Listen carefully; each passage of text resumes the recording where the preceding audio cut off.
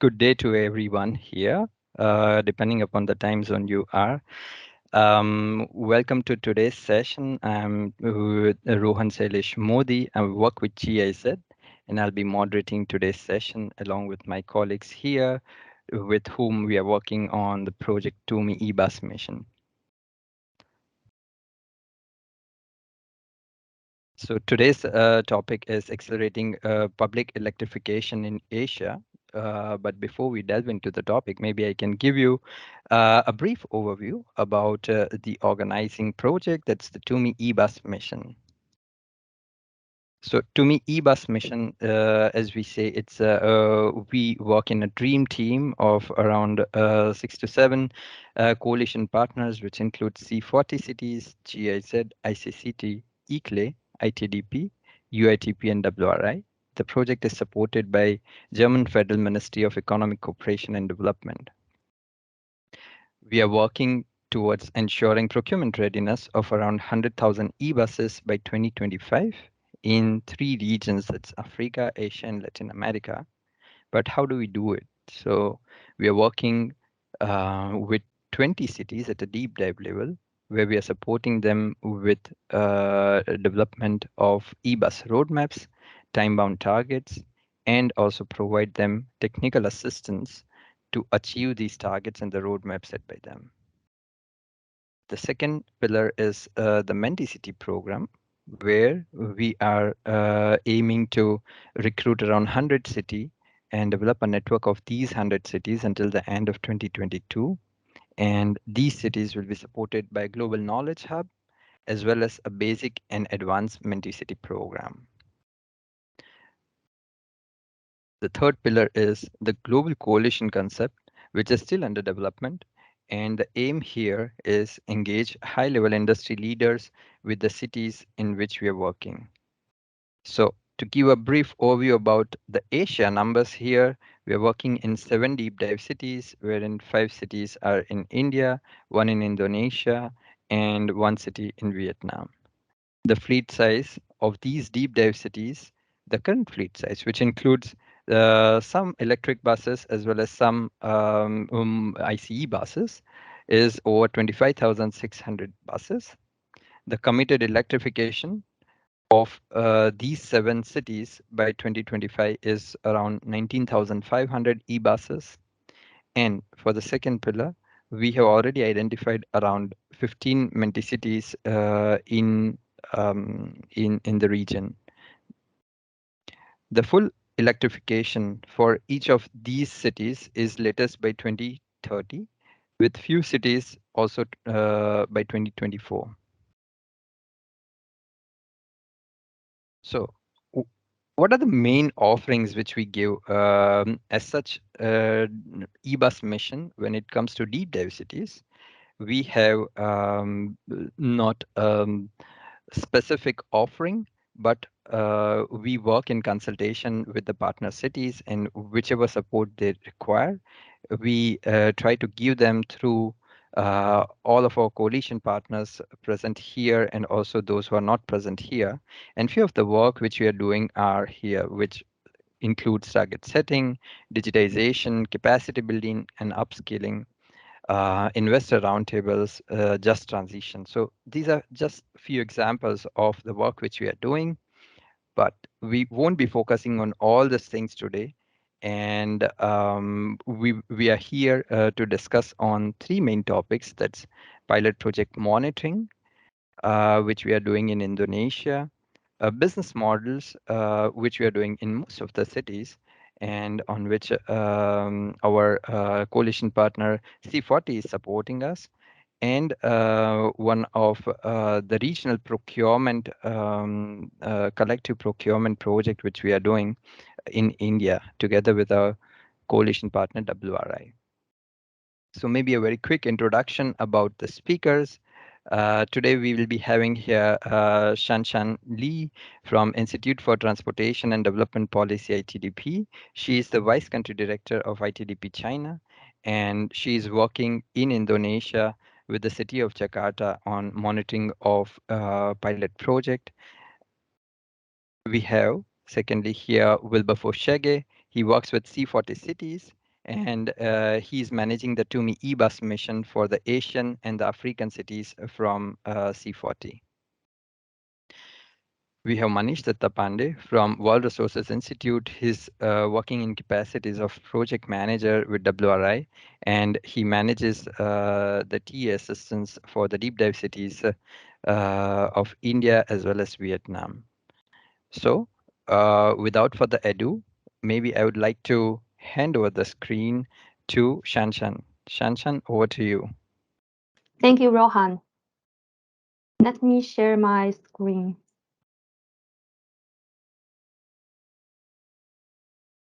Can you see my screen here? Yes, Shanshan. Okay. Good morning. Good afternoon. I'm Shanshan Li from ITGP China, and today I will share the monitoring pilot e-bus project in deep dive city of Jakarta, and I will present these materials on behalf of my colleague Fela Sufa. So Jakarta actually is operating the buses for the city of Jakarta, and they made the electrification plans for Jakarta that till 2030 that 10,000 of buses will be electrified, and they will electrify all the types of fleet from 80-meter articulated buses to 4-meter microbuses, and which including 12-meter single bus and also 9-meter buses. So in 2022, they plan to have 74 buses to be electrified. Currently, they have, as a pilot, currently they have 4 buses running on the street with electric buses of 12 meters. And the electrification progress needs support from national level and provincial level. In 2017, actually the national level issued to introduce the battery electric vehicles implementation as one of the strategies to achieve the GHG emission reductions in 2015. And in 2019, the national government appointed a group of ministries as task force members on the electrification acceleration programs. And in 2021, the Ministry of Transport has announced that by 2030, 90% of the public transport fleet will be electrified in 34 provinces. As in the provincial level, the governor of Jakarta made the declaration that in 2019, only by 2025, that only the Jakarta will only procure zero emission buses, and they have some action plans that the Transjakarta pilot e-bus fleet will be 100, and then by 2025, that 50% of Transjakarta fleet will be electrified. And also in 2021, the Jakarta issued the low carbon regional development plan that they provide mandate for the operation of electric bus public transport fleet as one of strategies to achieve GHG emission reduction target. And also in 2021, they have adjusted the contract duration from 7 years to ICE buses to 10 years to battery electric buses operators to Transjakarta. That means for diesel bus, the contract remains 7 years, and for e-buses, the contract between the operator and Transjakarta was about to 10 years. The electrification program involves lots of stakeholders, and which including government departments, also private sectors. So this is the graph we made all the related stakeholders for electrification programs. The national government and the government of Jakarta will be the entities to issue mandates and also regulations and to provide incentives such as fiscal policies and non-physical fiscal policies to support electrification. And Jakarta transport agencies, which will make to set up the fares and also the service level agreement and incentives, fleet age, and contract durations between Transjakarta and the private bus operators, and in which also they have financial institutions which will provide potential funds alone to the private bus operators. And also we will have charging infrastructure providers to provide like charging infrastructure installation or operation to the private bus operator. And also OEMs will play a very important roles in this stakeholder mapping, because they can provide the buses and also the batteries, and they will provide the maintenance support to the private bus operator. So we need all of them to work together to form a very scientific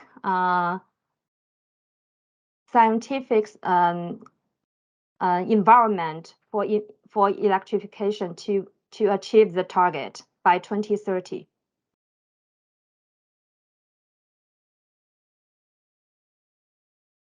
So let's have a look at the e-bus pilot project. The operator for the e-bus pilot project is Mayasari Bhakti, and they signed a gross cost contract with the Transjakarta. Right now, they have 30 bus fleet of BYD K9, which is 12-meter low-deck e-buses and carries 324 kilowatt-hour batteries. And we have 4 buses operated at the bus route 1P, and they are running up to 7 to 8 round trips per day.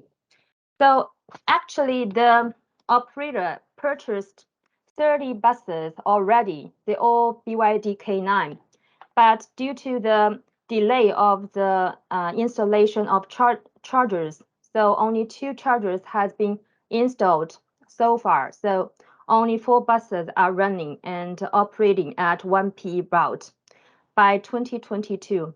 But at the end of 2022, there will be 74 e-buses operating at 4 bus routes for 1P, 1R, 1N, and 6M. And there will be 10 chargers installed as overnight fast charging facilities, which the power will be 200 kilowatt hour. So we can see a map on the right. The green one are the 1P route, and in the future, or at the end of 2022, the green one and the yellow one will also be the route for e-bus operation. And some images from the e-bus pilot. So the e-bus pilot have a very bright image to actually introduce the electric buses to citizens and also to general public, and they are very social, friendly to everyone who use the e-buses, and they have a very clear dashboard to show all the information from the SOC to the kilometer drive, and we can easily get all this information from the driver. And also to connect data by the operator or by Transjakarta are very important, because this will be used as reference data or analysis to support the large deployment or the larger fleet operation.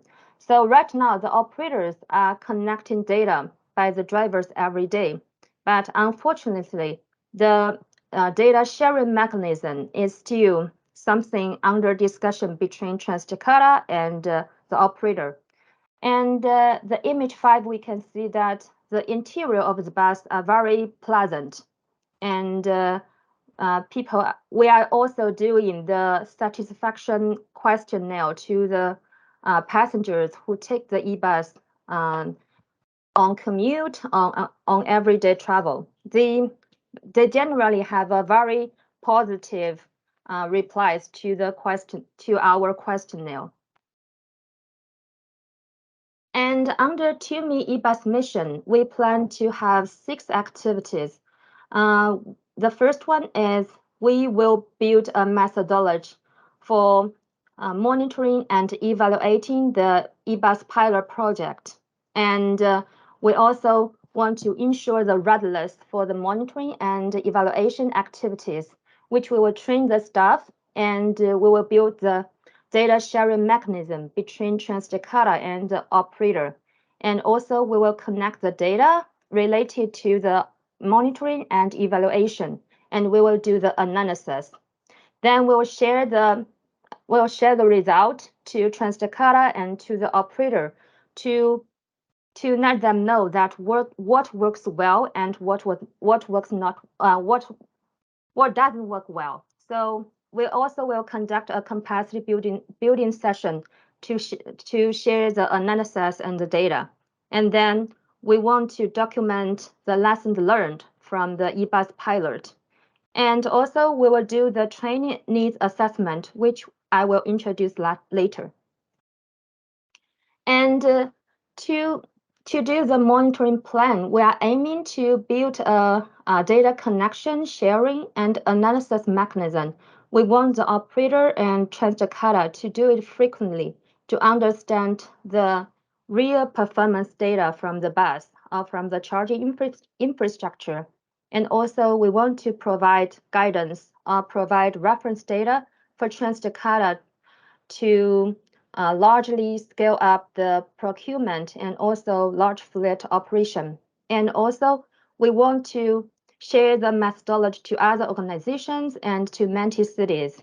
And we want to disseminate the operational experience to other cities in Indonesia or in Southeast Asia. And finally, if possible, we want to help the e-bus manufacturers to improve and upgrade the technology based on our finding from the monitoring and evaluation. So we built the metrics for monitoring plan, and we group them to 4 aspects, including vehicle performance and operating performance, environmental impacts, and social and gender impacts.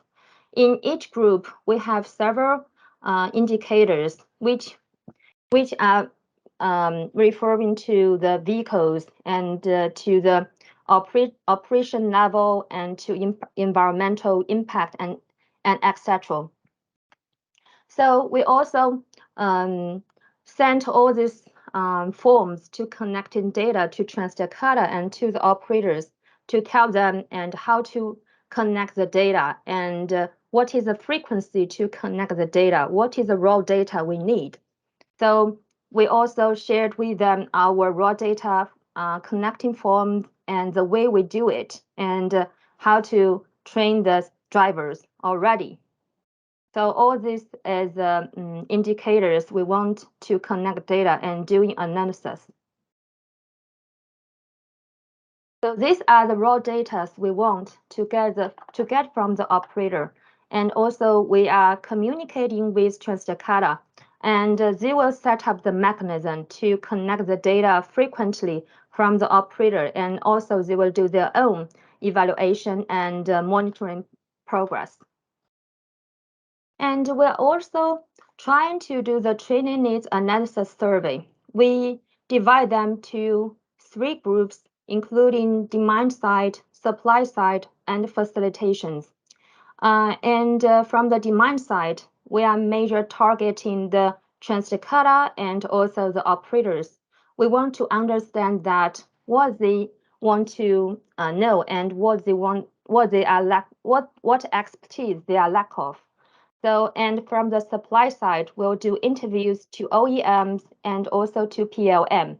And we also will interview the local government to understand what their weakness and what their strengths. So the survey questions will be including key challenges and also training needs assessment. And we are asking them about the changes in people, process, and systems due to the eBus deployment. And at the end of the survey, we will ask them the suggestions for future improvement.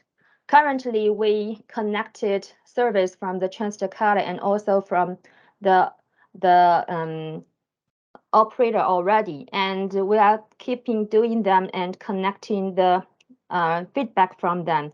So later on, we are able to show you more result from all these monitoring and evaluation surveys. So that's all from today. Thank you very much. Thank you, Shanshan. Indeed, an insightful presentation. And I must say, with more and more cities in Indonesia planning e-buses, more and more cities get motivated. I think this methodology will certainly be very helpful for the new cities who are planning their new e-bus fleets. Certainly, I guess it will be very helpful for the Menti cities, which we have onboarded. So thank you very much. With this, maybe we can move on to our next presentation that is on innovative business models for e-buses in Asia. So over to you, Wilberforce. Thank you very much, Rohan. I just want to confirm you can see my screen. Yes, Wilberforce, but it's not in the presentation mode. Should be now. Perfect. Excellent. All right. Thank you very much, Rohan, again. And hello, everyone. My name is Wilberforce Chege. I'm the TUMI eBus manager at C40 Cities, working on the finance and implementation of electric buses. So my presentation today will focus on some of the innovative business models that can help in overcoming challenges in the procurement and implementation of electric bus projects. And this will be based on our work on various cities that have implemented these models, not just in Asia, but also further afield. So firstly, why do cities need new business models? Why can't they continue to procure buses and infrastructure the same way that they have been doing? And they have a lot of experience with the traditional transit models of procuring diesel buses. And the reason for this is that there are specific challenges that are unique and some even new when it comes to procuring electric buses. And most cities haven't necessarily dealt with these challenges before. I'll just list them very quickly. So the first one is the high upfront capital cost because electric buses, their batteries, and the infrastructure costs more upfront. However, we also know that on a total cost of ownership basis over the entire life cycle of the electric bus, they are quite competitive when you compare them with the diesel internal combustion engine buses. The second challenge is that in many cases, most cities lack the technical and financial expertise to implement these solutions. And the third is the significant technology risk from the reliability of electric buses, battery life, capacities, and degradation as well. And all that uncertainty and lack of data brings in a lot of risk for cities. The fourth major challenge is the operational risk, whether the buses are going to meet their operational and service requirements to maintain bus schedules and service availability for the city's residents. Are they going to meet the range required, for instance? And the challenge and risk around charging infrastructure, which is also new for cities. So the cost and the uncertainties around who is responsible for building the charging infrastructure. Is it the utility or is it the city or even the private sector in some cities? And finally, delays in navigating the traditional public procurement processes. So it's not just about the risks themselves, but also who bears that risk. And as we know, under the current models, the traditional bus models, most of the risk falls on the shoulders of the owner operator, the entity that owns and operates the bus fleet, which is shown in blue on this diagram. And the financial and demand risk mostly sits with this owner operator, especially now. I would give the case of under COVID, which has really affected demand for public transport and also ridership. So that decrease and fluctuation in revenue because of that decreased demand is borne by the owner operator under this traditional model. So I guess the main takeaway from this slide is that electric buses present specific risks that are not usually present with other types of vehicles. And those risks are heavily concentrated on just one entity. They're not shared, they're not optimized efficiently. And in addition to that, those entities that have to bear that additional risk under the traditional models are not always well equipped to mitigate and manage that risk.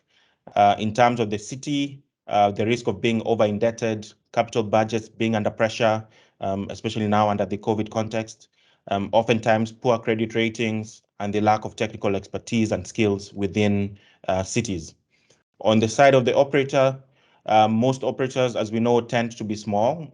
They often have governance issues, a certain lack of transparency around finance, and it's also difficult for them to access capital, especially for capital-intensive assets like electric buses. So what we propose, and many cities have started implementing, is a model that relies on the separation of ownership from operations by involving a third party to share responsibility. So in essence, moving from a model that relies on an owner-operator, so a single entity that owns and operates the bus fleet and bears all the responsibility for everything from designing and building the infrastructure, financing, asset ownership, operation, maintenance, and end of life and disposal. And so move from what I would call a bundled model to one that is unbundled by bringing in a third-party asset owner that can take ownership of some of the assets and some of the responsibility and the risk as well. So this is the old model I'd showed before that now changes to a new model. Focus on the change in the blue bar, which represents the risk carried by the owner operator. And immediately you can see that the risk allocation is much more evenly distributed, in particular the asset owner or the fleet provider, that third party we've been talking about, shown in gray in this diagram, comes in and is now the owner of the asset and takes most of the risk away from the owner operator. And the fleet operator can now do what they do best, which is to operate buses. Also, you will notice that there's a notable exception in this because of the demand risk, which doesn't shift because the city still needs to guarantee demand and it still needs to guarantee the cash flow and payments as well. So when making a comparison of the capital cost between a diesel and an electric bus, you will find this additional capex that's associated with electric buses. And that difference can range anywhere between 30 and 150% or more, depending on the context. So the question is how do we overcome that and finance that difference?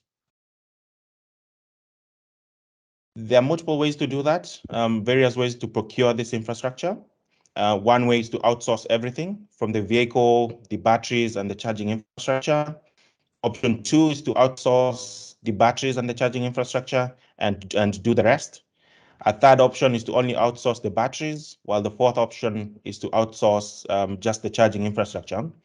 In other words, if we are to engage a third party, a private fleet provider or asset provider, that asset provider can provide anything the city wants provided. And this doesn't mean that the city has to give up control over everything. It's just a portion of the asset.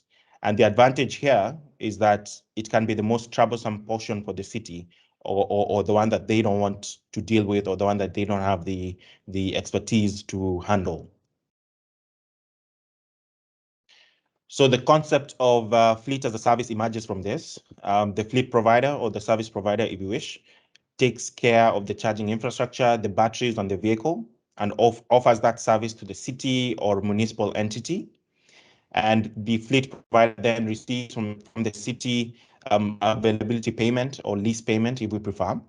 That is fleet as a service. However, you can also have battery as a service, where the only thing that is outsourced to a service provider is just the batteries. Everything else, the rest of the assets, still sit with the traditional municipal entity or city.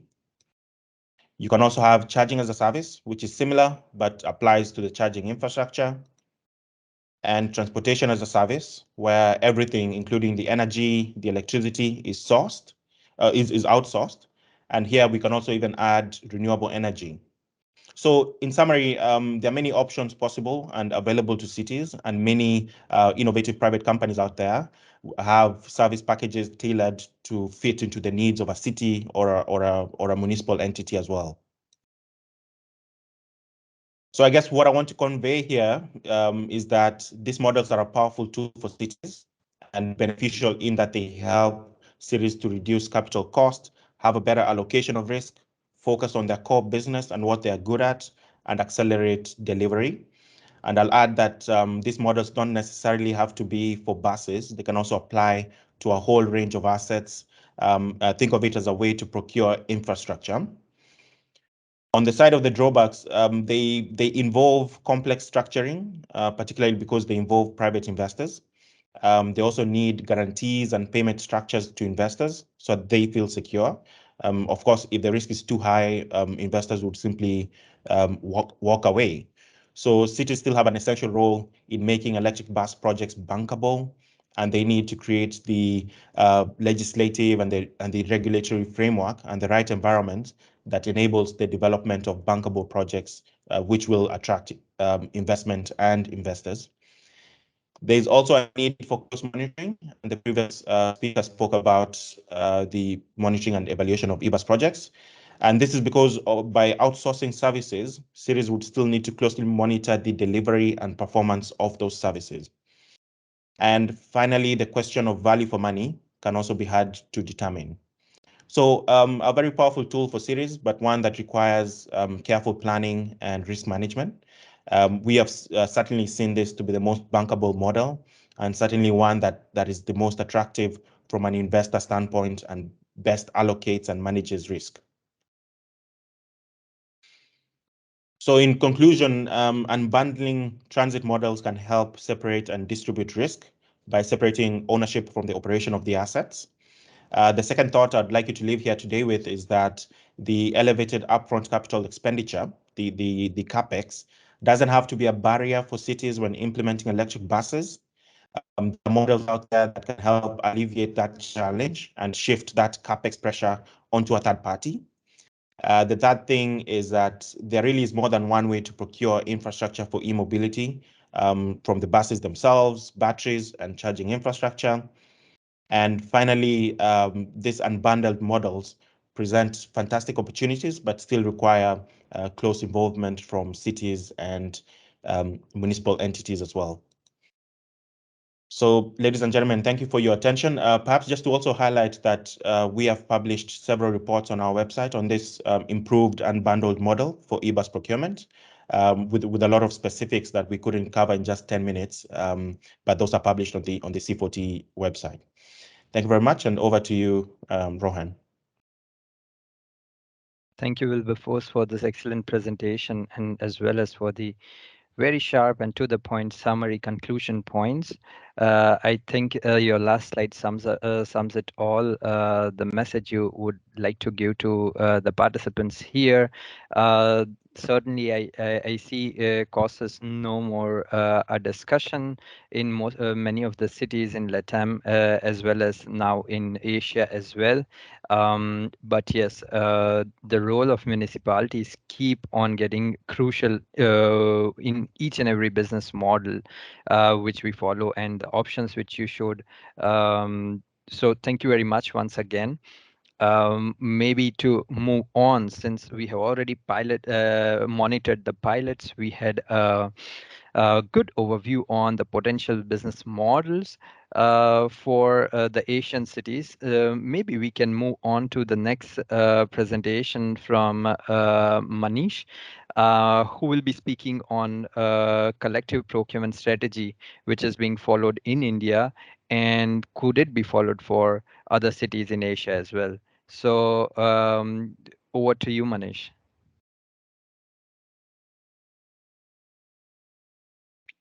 Thanks, Ron. Could you share the controls?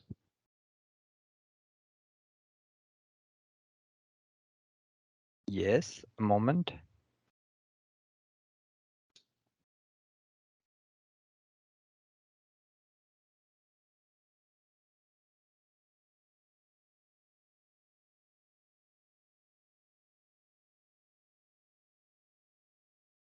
I think I have.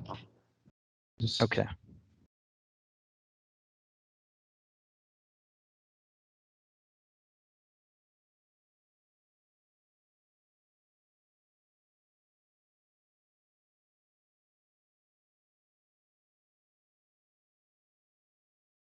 Could you confirm if you could see my screen?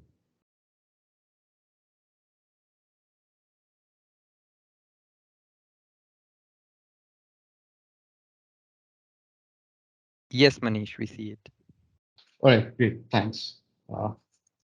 Thank you, Rohan. I think the previous two speakers have actually captured a lot of the issues which the Indian cities have also been facing. So, I'll try to limit some of the issues and focus more on the procurement under this demand aggregation exercise. Uh, yeah, sorry, before I start, I'd just like to introduce myself. I'm Manish Dutta Pandey. I'm a program manager with WRA India, and I'm based out of Delhi. So WRA India is looking at the 4 deep dive cities in India and is technical partner to C40 in the 5th city, which is Chennai. So I'll just start off with, the general status of the bus sector in India. So in total, there are about 1.8 million estimated buses, of which 1.14 million, around 1,40,000 buses, belong to the public sector. And the fleet has been stagnant for quite some time. At least the last decade has not seen any massive induction of buses. And per se, the growth rate is much slower than the rising passenger needs. If we look at the urban areas, there are about 44,000 buses. And as per the standards which has been laid down by the central government, which requires between 30 to 60 buses per lakh population, the average urban area in India is around 10 buses. So there's a huge gap of the demand for buses in India. And by some estimates, just the urban areas in India would require about 2.2 lakh buses by 2030. And again, adding to that, the existing fleets, which are with the STUs, 1/4 of the fleets are overaged and the others are fast going to be need to be replaced. So the e-buses journey kind of started in India in around 2018 under the FAME scheme, which is a scheme under the central ministry called DHI, the Department of Heavy Industries, which is looking at the electrification as an industry. So it's kind of focusing on the growth of the industry as a whole. So under the FAME scheme, there was capital subsidy of up to 75,000 US dollars for 7,000 e-buses in India. And the scheme, the FAME2 scheme, has been in place for the past 2.5 years. And till date, there are around 1,900 e-buses operational across the country. And along with that, we also have 5 OEMs, and all of the OEMs have local manufacturing capabilities.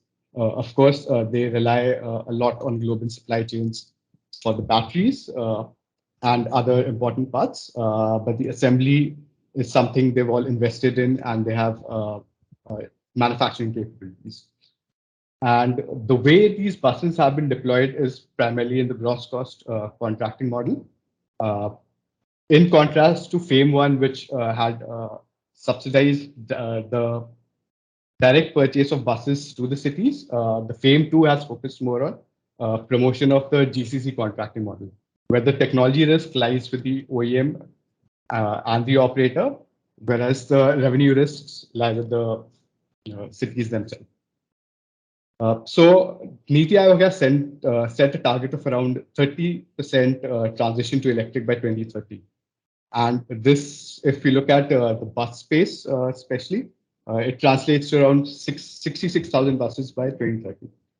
So India is kind of looking at an induction of 5,000 to 7,000 buses on an yearly basis from now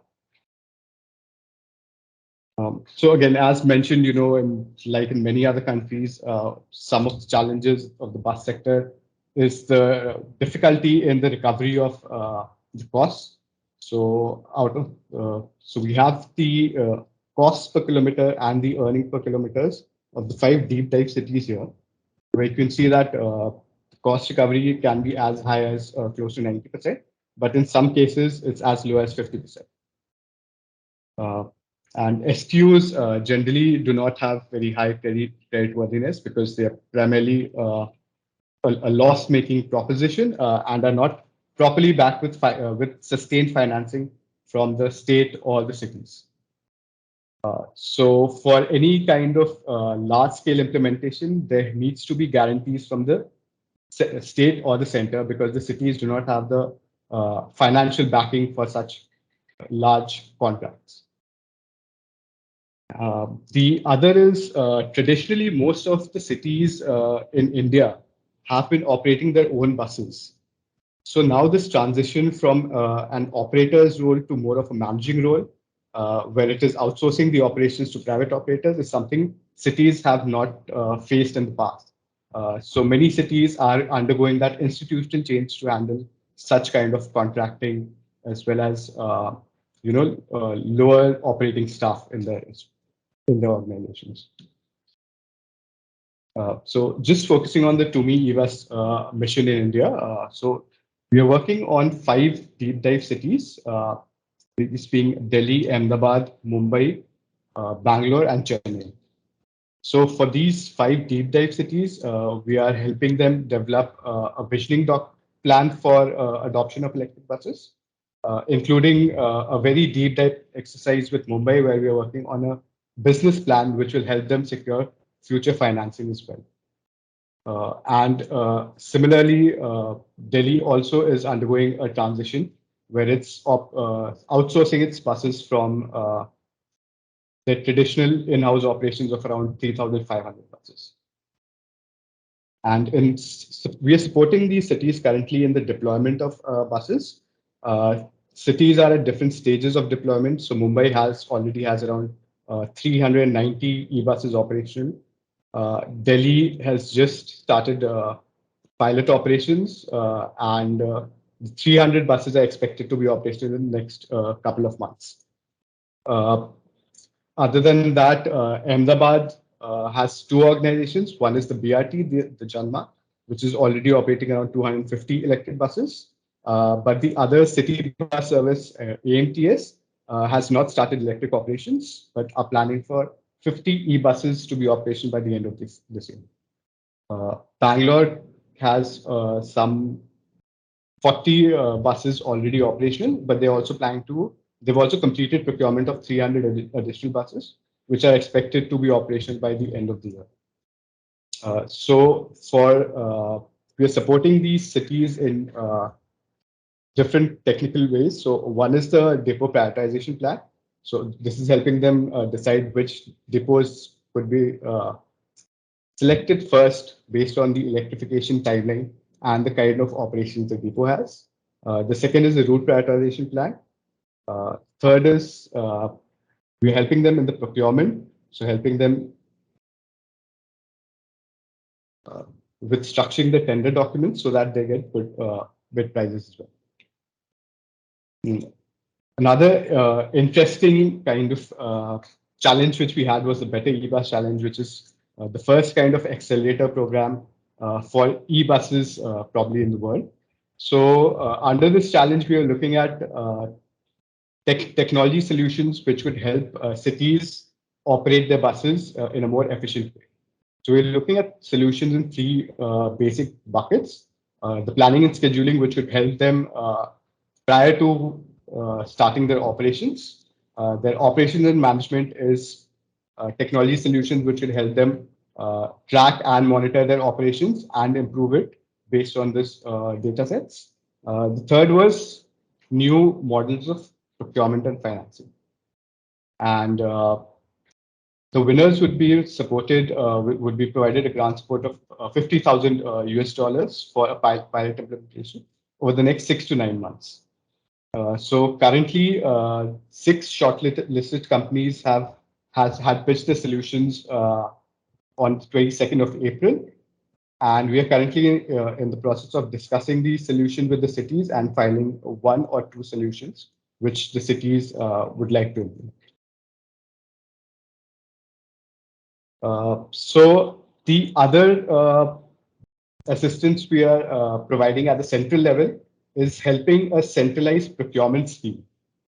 So this scheme is a combination of the learnings of uh, tendering in multiple cities, what are the problems which are being faced by the private sector as well as the cities, and combining them with DHI's FAME 2 scheme, which was yet to finance around, which was yet to provide subsidy to around 3,500 buses.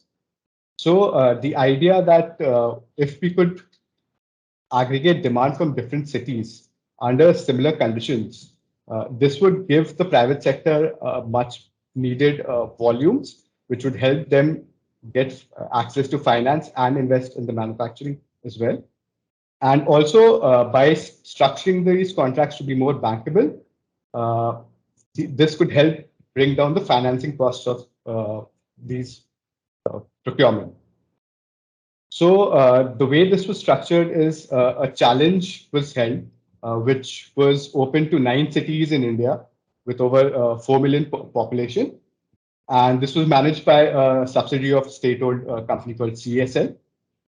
So CSL was kind of given the task of preparing a common tender document, which would take care of the needs of the cities and the technical requirements for operations and the buses from these cities.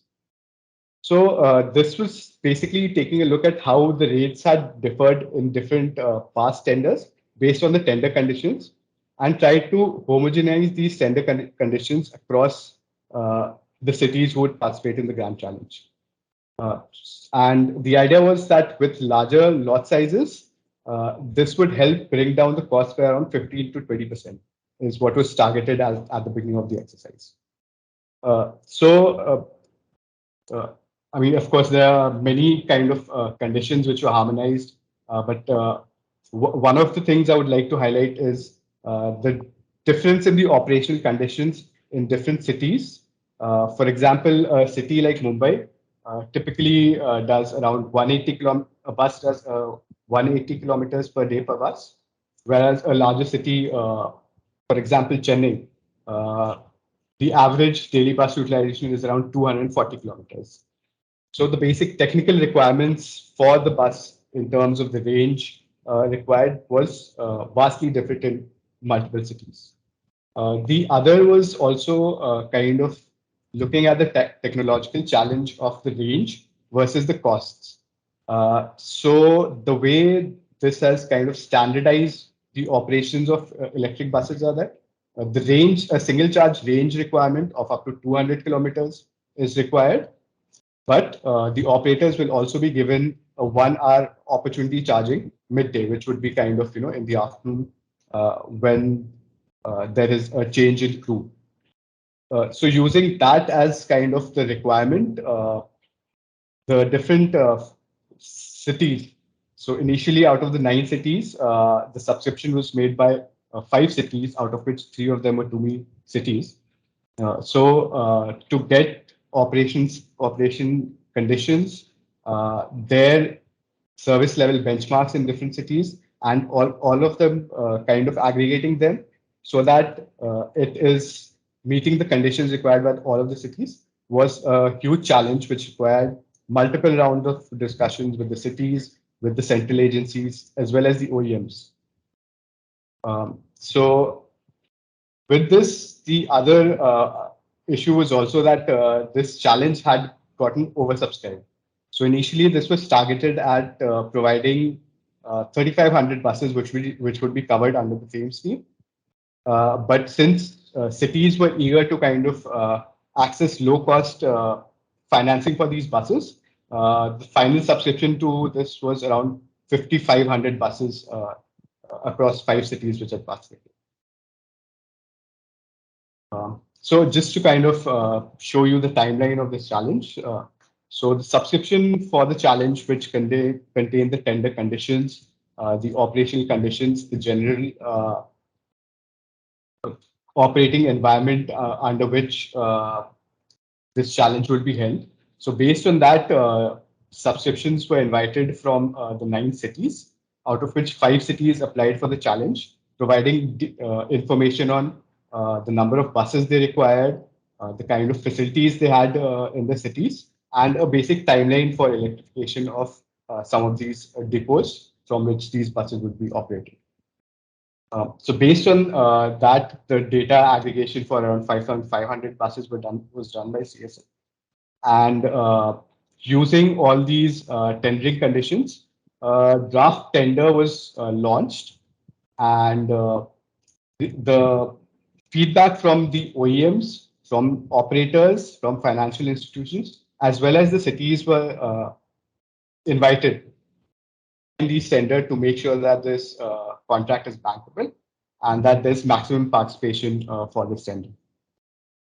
So the selection, so the tender discussions took around a couple of months to finalize, and the selection of the final bidders was completed in about 3 weeks back. And yeah, so if you look at the bid rates, these were the lowest bid rates received ever in the country for any bus operations. It even beat the gross cost rates for diesel and CNG operations in the country. So one of the challenges, again, which I discussed, which is kind of highlighted here, is the requirement of different bus types for different cities. So under this challenge, there were basically 5 different categories of buses which could be procured, and the cities basically subscribed to the number of buses in each category type which they wanted.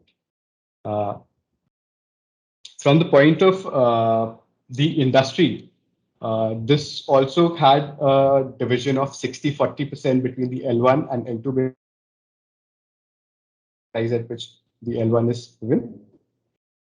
So, there were multiple kind of distributions of.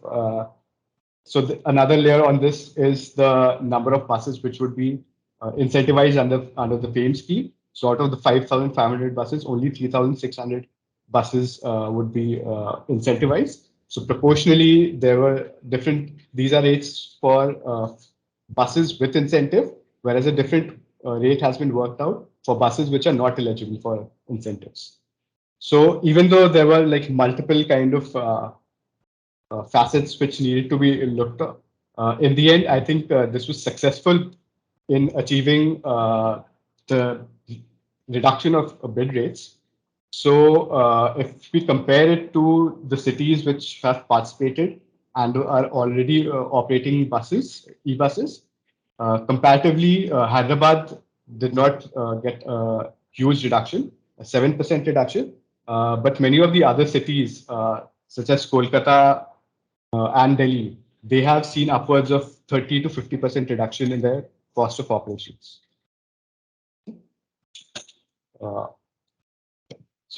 Another important factor which helped in reduction of these rates was the contracting period.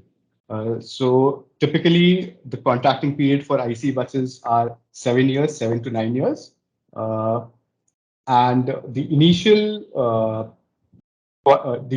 tenders which cities were actually procuring buses for, they were focusing on 8 to 10 years of operations. So once this contract period was extended to 12 years, that itself led to a huge reduction in the cost of operations. So yeah, that's it. There were a lot of kind of facets which could not be covered in the presentation, but if there are any other questions, I'm happy to take them up.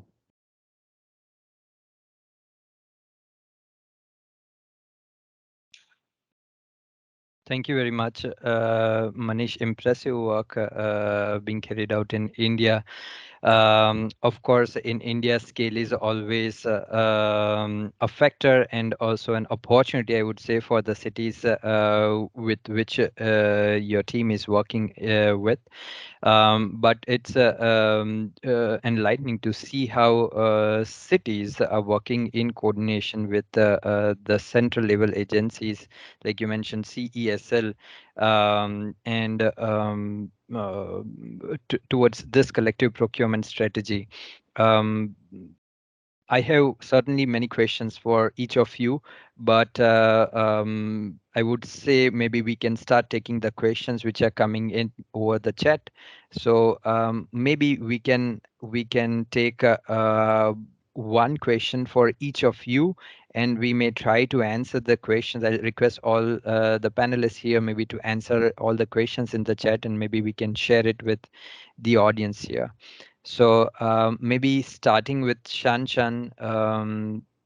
Shanshan, yes, the first question was, are you working with Transjakarta or also the operator for this monitoring pilot?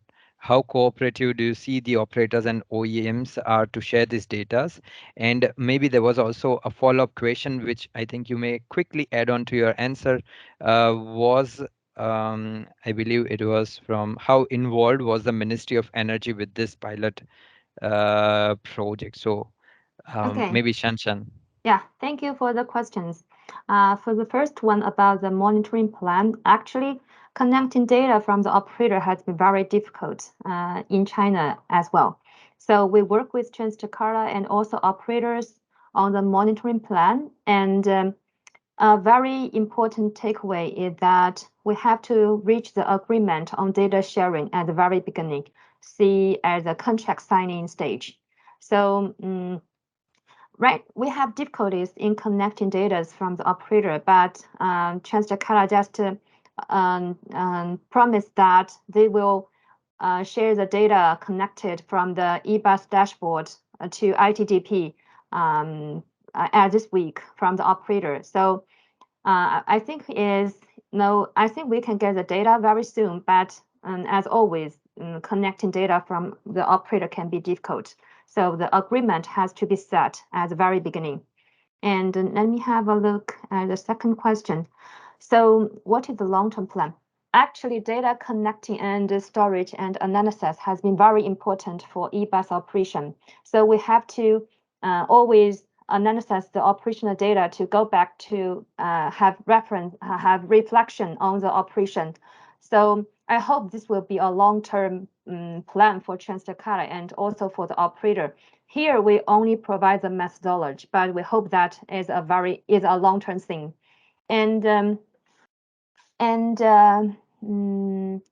what is the role of Ministry of Energy? Actually, in the pilot project, PLN is an entity to get involved in the pilot project. And the Ministry of Energy actually is one of the task force at the national level. And they are mandated to make regulations about charging infrastructure provision, and also they are setting the electricity tariff for each eBus charging. And as I mentioned, that PLN is the entity involved in the pilot, that the Ministry of Energy actually mandated PLN as an initial company to establish charging facilities across the nation. And also the PLN is involved in the pilot project to install additional electricity equipment and connections to the grid. So I hope the quick answer will answer your questions. Thank you. Thank you, Shanshan. Maybe we move to another question to Wilberforce. The question is from Ashley. He has praises for your presentation. Thank you for this great presentation. We are looking to implement such a model in our city as we look to procure e-buses in the coming years. So does this model also work for the smaller cities? Wilberforce, would you mind? Thank you. Thank you for that question. I think it's a great question. So I would say that this model is actually designed to facilitate procurement by entities and cities that may be smaller in size and may not have the financial capacity to procure extremely expensive assets on an upfront cost basis. We spoke about electric buses being very expensive to purchase and the cost of the infrastructure required to support their operation being very expensive. So this model is designed to alleviate that risk and overcome that challenge. I would also add that the reason that the model has been implemented initially in the big cities is because it requires some structural and institutional changes to the way cities procure infrastructure and assets. So smaller cities may struggle initially in making those structural changes because they may not have the resources, but they're now able to use the lessons learned by the cities that have implemented this model and other cities around the world to replicate that model. I also saw another question in the chat that actually fits in very well with this on cities guaranteeing funds. And I would say that government guarantees can help in persuading private investors to finance new infrastructure, such as the infrastructure for electric buses, which as I have said, is quite costly. And I would give the example of where these models have been implemented successfully would be cities such as Bogota and Santiago in Latin America. It is also essential for cities to guarantee the payments and provide backing to the projects for the entire life cycle, for the entire lifetime of the projects. That's what investors get confidence from for them to invest. And for smaller cities that have limited funds, that may initially be difficult. And that's where a model like this comes in to support. So allocating and valuing risk in privately financed infrastructure projects can help cities and governments to give guarantees only when they are justified. Thank you very much, Wilberforce, for this excellent answer as well as some examples. Maybe we move to Manish. So yes, we have two questions for Manish here as well, and he has already answered. But yes, Manish, would you like to maybe elaborate on the second collective procurement question which we had here? So yeah, I'll just take up the second question as well. So for these 5,500 buses, you already have the contracts ready, which has been kind of gone through, vetted by the cities as well as the operators who are going to come on board. So currently, the cities are in the process of securing budgetary allocation for this procurement. Once that's done, it's expected 6 months from signing off the contracts, the buses would start rolling in, and they have a 1 year period to kind of deliver all these buses. And again, so this has been a very successful exercise, and this is actually kind of inspired Niti Aayog and DHI to look at the second round of procurement. So even the incentives which were being provided for FAME 1 were due to expire in 2024. But now they're thinking of actually having a larger outlay for electric buses, bus incentives, and also collective procurement for the next round of larger cities in the country. So that's something which is still on the books, and hopefully second round of procurement should be done by end of the year or early next year. All right, thank you very much, Manish, for your answers. I think it's really impressive to know the work which is being done by different cities in Asia, like Jakarta, Indian cities, and certainly from TUMI e-bus mission, what we can offer to all the participants here is an opportunity to exchange more on the work which we had been doing. So please feel free to write to us in case you would like to know more about the work we are doing, and also active exchange between different cities is one of the main things which we would like to promote. We would like to promote cities to learn from cities within Asia and from different regions as well. So if you're willing to learn from the Indian deep dive cities, African deep dive cities, or even Indonesian cities, then please feel free to write to us. Even if you have something more to offer to the cities, also write to us, and we would be happy to get back to you. So with this, thank you very much, everyone, and especially the speakers here for your insightful and very informative presentations, and for all the participants for your very good questions, and also, of course, the TCCW organizing team for supporting us with this session and also giving us an opportunity. Thank you very much, everyone. Hope you all have a good rest of your day. Thank you. Thanks, Rohan. Thanks, everyone. Thank you. Thanks, Thank you, everyone. everyone.